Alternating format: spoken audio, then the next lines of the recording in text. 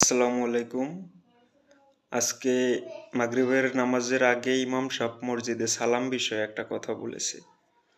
সেটা হচ্ছে হজরত আলী রাদিয়াল্লাহু তাআলা আনহা নবীজির কাছে একটা বিচার দিছে যে আবু বক্কর আমাকে আগে সালাম দিত, এখন সালাম দেয় না। তো নবীজির কাছে সরাসরি নবীজি বিচারের কার্যক্রম শুরু করছে।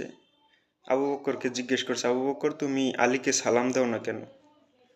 তখন আবু বকর বলছে, আমি তাকে সালাম দিই না এই কারণে আমি কিছুদিন আগে স্বপ্নে দেখছি যে বেহেশতের যে গেট, সেই গেটে আমার নাম লেখা। সুতরাং আমি সেখানে আলীর নাম দেখি নাই, সেই জন্য আমি তাকে সালাম দিই না। আমি চাই সে আমাকে আগে সালাম দেক। আমাকে সে আগে সালাম দিতে থাকলে তার নামটাও ওইখানে লেখা হয়ে যাবে।